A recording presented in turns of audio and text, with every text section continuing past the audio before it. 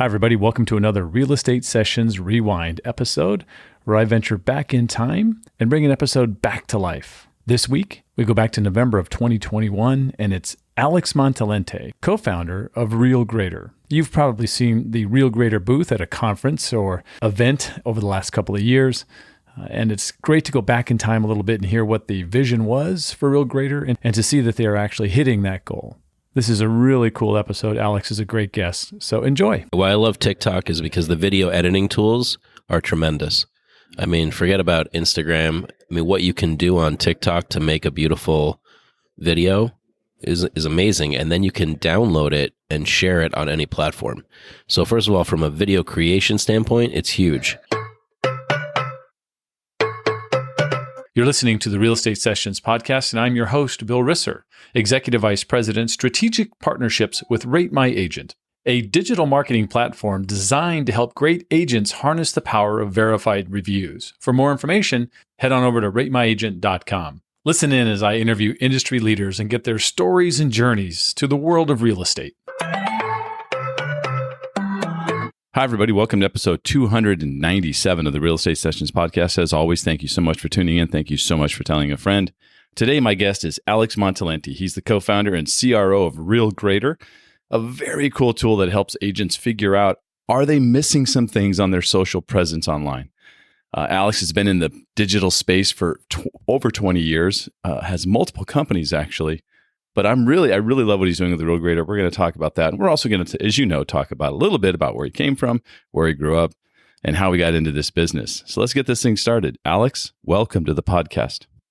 Thank you so much. Thanks for having me. Yeah, so here we are. We're in Orlando. We're here at the Exit Realty Southeast Region event. Yes. You having a good time here? It's awesome. I got to speak. It's a lot of people. Yeah. Over 700 agents here. Yeah. Looks like they're rallying. You did great. It was, you were up on stage talking about the importance of understanding how Google works and reputation management and that sort of thing, which is what Real Greater does. And we're going to talk a lot about that. But on the podcast, I love to find out about the people first. So let's do that. And so I know that you are a native Long Islander, and I love Long Island myself. Bethpage Black is up there. I've played some golf up there. Best golf course. Yep. Yeah, it's amazing. And I know that you shared the story of how your parents ended up in Long Island. Can you do that for us? Absolutely. So my mom is Romanian and my dad's Italian, and my mom and my grandmother lived in Romania. My grandfather was an entrepreneur. He had an arms factory. And back in the day, in the 60s, times of communism, unfortunately, they seized his factory.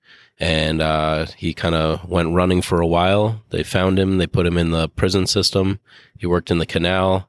During that time, my mom and my grandmother lived in a really nice house. Actually, it's now the U.S. Embassy in Bucharest, Romania. Wow.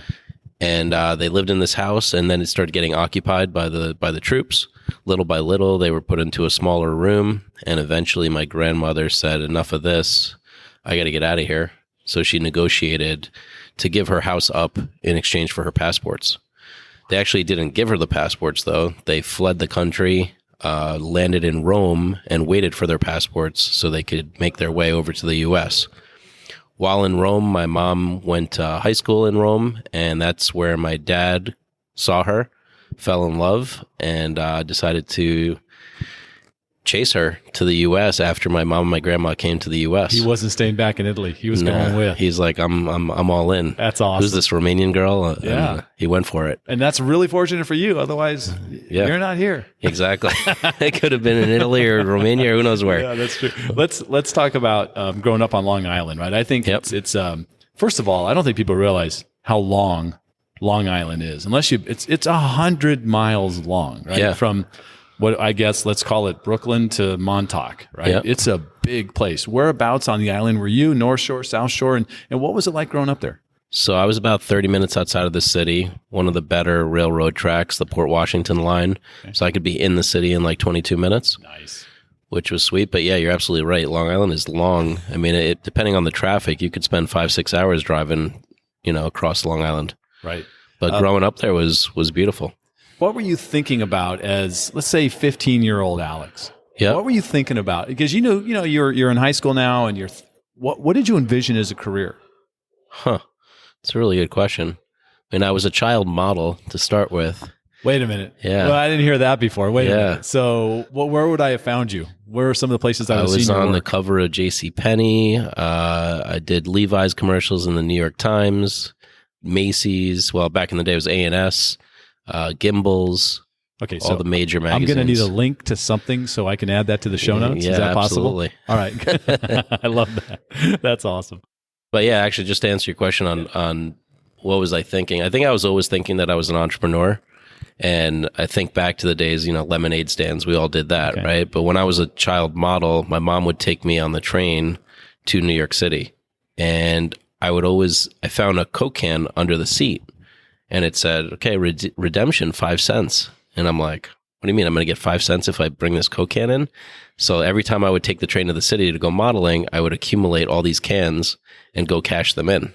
Wow. And it was like, all right, how can I make money? Where can I make money? What kind of business can I do? It was always a thing for me. I find a lot of CEOs of startups have that same story, that they knew they were going to do something that was different than working in an office from 9 to 5. Yep. That wasn't on your radar. No, not at all. Good. You go to University of Vermont. Yeah. That just seems, I don't want to call it odd, but that's just different. Yeah, so I was looking around for all these different universities, and I decided to travel up to the University of Vermont because I thought I was going to be a doctor. But, I saw beautiful Vermont. I saw all the scenery. I saw the mountains. I wasn't even a big skier, but once I went there, I fell in love with the mountains, fell in love with snowboarding, and after one biology class, decided, no way, I need to go into the business school. So I moved over to the business school. All right. You get out of there, and it looks like you were already starting some things up. You'd done some early Yeah. web interest. It was an interest to you in the mid 90s. That stuff was just starting, and you were right there. Yeah, so it's kind of a funny story. Is my last year of college, I took a class called Entrepreneurship 101, and the teacher was an entrepreneur who advised strongly not to be an entrepreneur. He said, this is like the worst thing you could possibly do for your family, for your life. It's difficult. Don't do it. And I said, I like the challenge. Let's do this. So I wrote a business plan to build a website for the University of Vermont. And we built a website that looked like an iPhone screen, like a bunch of squares where you could find the dining, the local weather, the shops. And we said, we're going to make a portal for the University of Vermont, called it discoverburlington.com. We bought the domain, we started building it, and then we realized, wow, we're really early. Nobody has a website. We have nothing to link to. So we started building websites, and we created a company called Burlington Internet Company. Okay. And then we got an investor who gave us an office space. We started going building websites for everybody. And then we put a grocery store online so that we could deliver groceries to the kids in college. You're like DoorDash, Instacart, Yeah. before any of that stuff even Before existed. any of that stuff. Holy cow. And then if you think about Uber Eats, we knew that the kids, we were kids, we Yeah. wanted food delivered to the door. Right. So we hooked up with a food delivery company called 5-Star Delivery. They had about 35 restaurants, got a bunch of interns to put all the menus into HTML. Wow. And we had online ordering and delivery, Uber Eats style, back in 1999. Yeah, like 1999. And you know what? You actually were just too early. Yeah, I was too early. Not enough people. It's crazy. You think about Zuck and all the stuff he did with Facebook. Yeah, people had websites by 2004, 5 when he was doing his thing. But in 99 and 2000, it was still fairly. Timing is everything. uncommon. Like you can be early, but if you're just a little early, it's good. If you're too early, if you're way too early. Because you've got to move on and make a living, and you just Yeah. can't sit there with that. And so let's talk about the fact that you get involved with realtors and real estate. Yeah. And I think you have a very personal connection in that space. Absolutely. So my mom, she came to America back in 1968 with nothing, and she was given a phone number to go work in a factory in Queens, New York. And my grandmother went with her. They both worked in the factory, saved up enough money to put a down payment on a property in Queens. My mom got into rentals. She got into real estate, residential real estate. And that's how she raised me and my brother. She was a single mom, paying the mortgage. And I remember I came home in 1999 from college, knew a little something about the internet because I'd launched that business. And I said, all right, let me help my mom, because she didn't get computers at all. Like most realtors, it's like that's not their thing. Their thing is connections, people. Yep.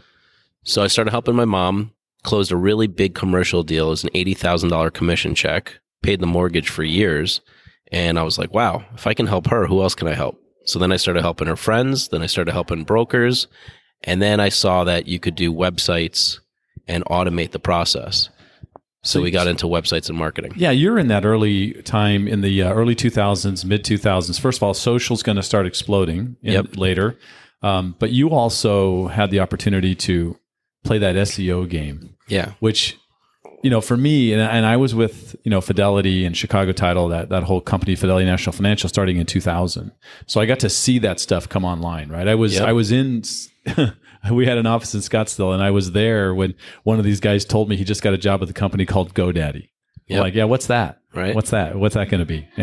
Little did I know, like other things, it was going to be as big as it was. Huge. But so one of the things about SEO, I just want to ask you this question because there's black hat stuff. There was ways to, like, I knew a guy who would get upset at somebody and just jack up their online presence by just creating a ton of things and links and content that would just kind of make this guy a mess. Even going in and redirecting stuff that he was trying to rank for to another site. I'm sure you know about this kind of stuff. Yep. And then there's also this other part of SEO where it seemed like you could promise, hey, I'll get you on page 1, and then, and never really get there. Yeah. Those guys too. Yep. So how did you talk about that time in that digital space? Yeah, so 1998, Google comes out, and my dad had been telling me about Google and like how the algorithms work. He was a tech consultant. So my mom's a realtor, my dad's a tech consultant. No wonder I'm a real estate technology guy. I was going to say, you're right there, yeah.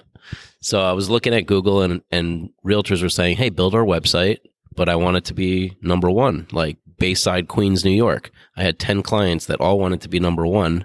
So we started optimizing them, and we realized if you just go really deep, forget about all the tricks.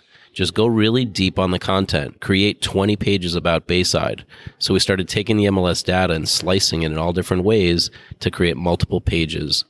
Kind of what Zillow is doing, right? And Zillow's way later, right? Right. But I always believed, even in the days of Zillow and other companies that like Realtor.com, is that if you go really deep on the content, you can win. And I still have clients on page 1 of Google because they went deep back in the day. That applies even more today. Yeah. That's really... Today it's... Google could be gamed back in the day, 15 years ago. It's really, really hard to game Google today, right? Yeah, absolutely. Yeah. Let's move forward to today. And I met you through Christy Keneally. Christy talks about you a lot because she does a lot of demonstrations on technology and presentations and things. And she always brought up Real Grader. Here's a company that for free you can now put in some information, some basic information about yourself, and they're going to go in and find out how does your social media profile stack up. Exactly. Right? And so let's talk about that. What brought about Real Grader? Because you've done quite a few different things in the digital space, marketing agency, all kinds of stuff. Yep. How does this come about? Because how many companies do you still have running? It's like 5. Okay, good. Well, let's talk about Real Grader because that's the one that really interests, I think, most people listening. Absolutely. So my business partner and I, by the way, we're 50-50 on every business and been working with him for over 20 years. Wow, that's great. So it's like a serious relationship. What we thought about one day in the kitchen is, how do we just tell realtors like how they're doing? We were getting this question all the time. How am I doing online? You do our website, you do this for us, you do AdWords. But I just want to know in general, am I taking care of business online? Like, am I looking okay? So we said, wow, let's build a scoring platform, kind of like Credit Karma runs your credit score. Real Grader will run your online score, and we'll let you know what recommendations you need to do, what you need to improve. So we built, getyourfreegrade.com. You go there, you fill it in, and then we return to you your grade with your recommendations. And then we realized, wow, all right, now most realtors were getting a 30 out of 100. Not 100 out of 100, not a 90, but like really low industry average. That's not even a grade. Yeah. That's below an F, whatever that is. But it's crazy. And, even brokers would have like really low scores because they're not taking care of their online presence. They're doing the business of real estate. So we said, great, they need help. And they were like, great, you can train me, you can educate me, but at the end of the day, can you just do it for me? Yeah. So then we said, let's just build a done-for-you digital optimization service to just optimize them online on all the different platforms: Google, Facebook, LinkedIn, Instagram, YouTube, Zillow, Homes.com, and Realtor.com, because those are the 8 essential sites that every realtor should be on. Right. Have you ever had somebody score a 90-something? I'm curious. Like Lena Lopes over at Douglas Elliman had a really high score. Okay. But she wanted to get it done, so she had us optimize her even further. She wanted to be 100. Yeah. There's realtors they want that 100 score for sure. They're gunning for it. Much like reviews. They all want to be 5 stars in every single review. Exactly. Sometimes that's not quite possible, but that's great. I love that. Part of the story you tell, and you did a wonderful presentation here at the Exit Southeast regional event. Thank you. Part of the story you tell is the importance, power, value, just how incredibly important, I'll put it in your terms, Google is. Yeah, exactly. I mean, I think it's been around since 1998. It's always evolving. We had Google SEO, then we had Google AdWords, then we had Google My Business, then we had Google Reviews, then we had Google Local Service Ads just came out on the market, and most realtors don't even know about that yet. Right. And that's kind of sneak. I just met with a realtor that says she gets multiple phone calls per day on her Google Local Service Ad. Wow. Listing leads, right? Not like an inquiry on a property. Right. This is just starting, and the importance of reputation is huge for this. Yeah. So, I mean, Google, absolutely. And who knows what's down the road? Yeah. Yeah. If you think about it, in the early days, it really was just, I mean, trying to get to the first page of Google wasn't that hard. Yeah. There were people, I'll talk about Jay Thompson, had a website. He purchased the domain Phoenix Real Estate Guy in 2004 and started blogging about Phoenix real estate and just Phoenix in general, and quickly moved to page 1, spot 1 when people were searching Phoenix real estate. Yep. It was easy to do. Honestly, today, let's say I want to get to page 1 for this search Phoenix real estate. Is it possible if I have enough money or time? Is it possible? I think it's possible. And roughly how much is it going to cost me? I mean, I would say you're probably looking at a 3 to 6 month ramp up time, and you just have to go build a ton of content about that specific local region. Which costs money. You're basically saying you need to hire a team of writers. Absolutely. You need copywriters, you need HTML developers, you need website developers. Yeah. You want to slice the MLS data multiple ways. Yeah. Well, when you were in New York doing some of this stuff, when IDX came out, when IDX became available to the broker, that was a big deal. I remember Huge. Jay all of a sudden went overnight to 50,000 pages on his website. Absolutely. You saw that happen too. Yeah, I literally was working with my mom, putting a listing into the MLS for her, and Long Island Stratus had an announcement. Oh, now we have the data for all of you to put on your websites. And I'm like, this is genius. I was like, I used to go to realtors' houses and spend 3 hours updating one listing on their website for them. Yeah. My mom's friends were like, can you update my website? I can't do it. And now it's like, here's the data. So we built the first IDX integration company on Long Island and started doing custom websites and rolling out 27,000 listing pages. Yeah, they opened up just with something just like that. Yeah, exactly. So once again, those early adopters there reap the benefits of that. Totally. Now everybody has it. Now that differentiator's gone, and we're going to come back to the same thing we've been talking about for the last few minutes, and that is, it's all about content. Yep. Yeah. Let's talk about your offering to do the work, and I'll in my role for the last 10, 12 years with Fidelity, it always would be, I would show them how to do something and talk about the importance of things that, you talk about. And they would just say, well, can you do it for me? Yeah. And the answer is like, no, that's not really my job. And to be honest, it was tough to find somebody that I could trust that would do it. Yep. Right? So you've identified that need, and let's talk about these time poor agents. And first of all, I mean, obviously the first thing to do is talk to you. Go to realgrader.com, have a conversation with Alex and his team. Yep. But on the other side of things, are there some basic things that a realtor who has a little bit of technology, what are some basic things? And let's focus on Google that they should get done. Well, they should definitely have their Google business page created, whether an individual agent, a team, a broker. If they are a team, it should also mention their individual team leaders' names for search engine optimization purposes. Most realtors don't realize that just optimizing your team name isn't going to do the trick, because I don't know your team until I meet you. I know you, so I'll Google you. So having your Google business page set up, having your sold properties on your Google business page, and then having your bio in there too. I mean, posting your open houses to your Google business page, getting reviews. Yeah, I think we at Ray My Agent, we have that same conversation with people. People don't know that you can put posts in Google Business just like you do on Facebook. Yep. You can create a post and post it. And it's probably, would you say it's less than 10% of people are doing that? Yeah. It's a crazy number. Yeah, it's a crazy low number. Yeah. I mean, I would say 70% we used to say 70% of realtors are not on Google Business. Not even with a profile, Yeah. let alone knowing how to use it properly. Yeah. That's rough. You got to pay attention to Google Business. Really important. You're not even going to go to Google local service ads yet for somebody like that because it's no. If you it's don't have pretty at least 20 reviews, yeah, it doesn't matter, right? What about some of the other? Give me the next most important, maybe social site you think that that agents missed the boat on. Oh, I think YouTube. They're just sleeping on YouTube. Right. I mean, YouTube is all about videos. If you're going to do videos, put them up on your YouTube channel. Yeah. Start building that out. I think when someone does a Facebook Live or they're doing Reels and all this stuff, should all that be converted to YouTube? Did you try to download that and get it on YouTube as well? You could do that. I mean, just to build some content. But I mean, I would probably do YouTube videos a little differently, more like a landscape view. Yeah. Versus you don't like the bars view. on the side. Yeah. I mean, you could try to work it. Yeah. No, I think that's fine. I think. Well, I got to ask you this question. Talking about vertical video, I heard you say the word TikTok yesterday. Absolutely, it's really there. It's We're not there. We're there already. Did you think Snapchat was going to be important for realtors? No. Okay, so you were off that because a temporary. lot of people were talking about that. Tell me why TikTok. Okay, why I love TikTok is because the video editing tools are tremendous.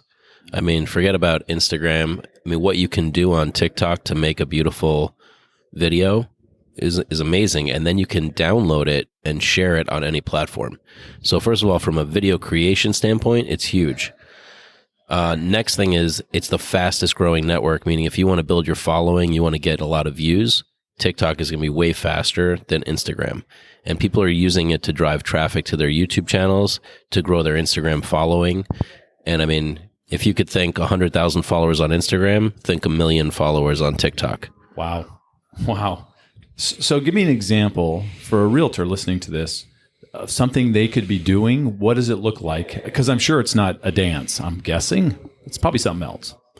So what should you be doing on TikTok? You should be leveraging the trends, right?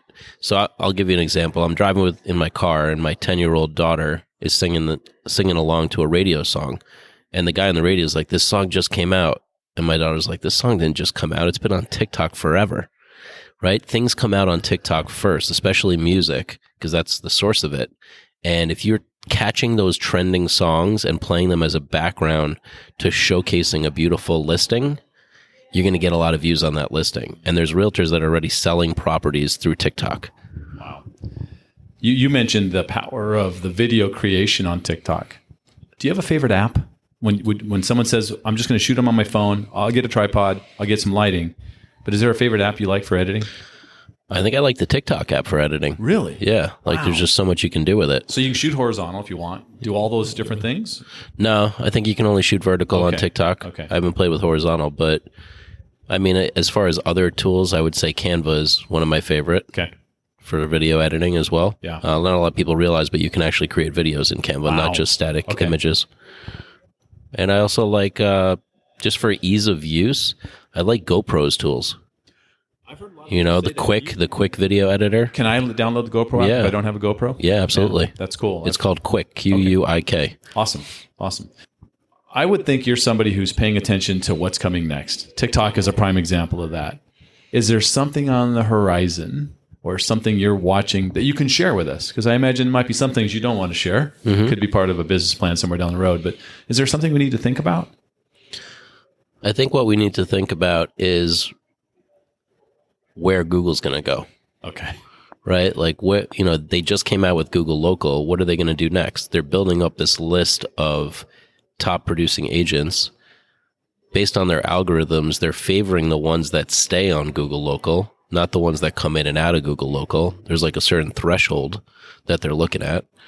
So I think, your reviews, I think your Google Local ads, and then I think one thing people aren't realizing is that even just your Google business page is getting phone calls. And now Google launches this new phone service that's going to track your leads. I bet barely any realtors are even using that, but that thing's going to track who's actually calling you on your Google Business, on your Google Local, all of it. And I know that that's how you rank higher on this new tool, Google Local Services Ads, is the response times and how well you take care of the phone calls that come in. Because I try to explain this to people all the time. Since day one of Google, all Google wants to do really well is give people the right result as soon as possible when they type in a search term. Right. That's if you wanted to boil it down to a sentence, is that Google? It's that thing. And if they keep giving the wrong result and people have to keep digging, people won't be happy. Now, I doubt they're going to Bing or anywhere else, but the ultimate success for Google is giving them. That's why the social component of Google, which I don't think a lot of people understand as well. Right. Like when I do a search, they know everyone I connected with socially and people that I have conversations with. And don't they surface those results up for me? They think I think, well, Bill's looking for this sort of a thing. Here's an agent he knows in Phoenix. Let's put that on page one. Whereas it wouldn't be page one for somebody else. Yeah. My dad used to study Google a lot. And what it is that they want to provide results that you can count on. Right. So if they want to provide results like search engine results that you can count on for the best information, now that they're putting together an agent directory, they want to give you agents that you can count on. Not agents that don't pick up the phone, not agents that don't return a call, but agents who actually are successful and have high response time and are being professional. I mean, it's curious to me when, not to bash the industry, but it's like you're calling a realtor because you searched up, I want the best realtor in Orlando. And then you call the realtor and they pick up the phone and they go, hey, hi. It's like, that's really how you answer the phone, right? Yeah. Like, I want to know that you're a professional. Hi, I'm Alex Montalenti. I'm a professional realtor in Orlando. Thanks for contacting me. Yeah. How can I help you today? You know where the call's coming from, right? Right. Yeah. See, there's a little bit of problem there because you don't know yet. Okay. I think Google really needs to create something that'll indicate, like, hey, you're getting a Google local service ad right now. There you go. But if you're spending the money to have, if you're agreeing to spend the money that a phone call results in, because you don't pay in advance. That's a weird thing, right? Yeah.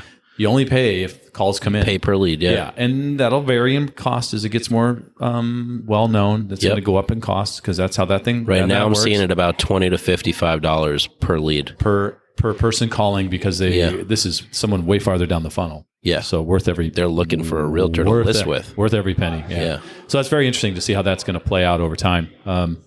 Look, Alex, I've had you here. We got to get you back inside to the session. What... my same final question I've asked nearly 300 guests. What one piece of advice would you give a new agent just starting in the business? New agent getting in the business, go get yourself set up online because that's the first place they're going to go to check you out. And you could actually get ahead of the veteran experienced agent who's been around for 30 years because they haven't taken care of their online presence. So I think it should almost be part of Department of State licensing. Like you get your license, you also go through a setup process of getting your online presence set up. Wow, if there was a company that could contract with the State Department of Real Estate, wouldn't that be great? I'm ready. Let's do this. Alex, if somebody wants to reach out to you, what's the best way for them to do that? The best way is to email us at hello@realgrader.com. Just say hello, ask us a question, say hi, we're here for you. Go to our website, realgrader.com. You can also follow me on Instagram, alex.montalenti. Awesome. Alex, this has been great. I really appreciate the time. It's been great to get to know you. I see us working together a lot closer as things move forward. I think there's this great synergy between Ray My Agent and Real Grader. So I appreciate your time today. Thank you so much. Thank you for listening to the Real Estate Sessions. Please head over to ratethispodcast.com/RE Sessions to leave a review or a rating and subscribe to the Real Estate Sessions podcast at your favorite podcast listening app.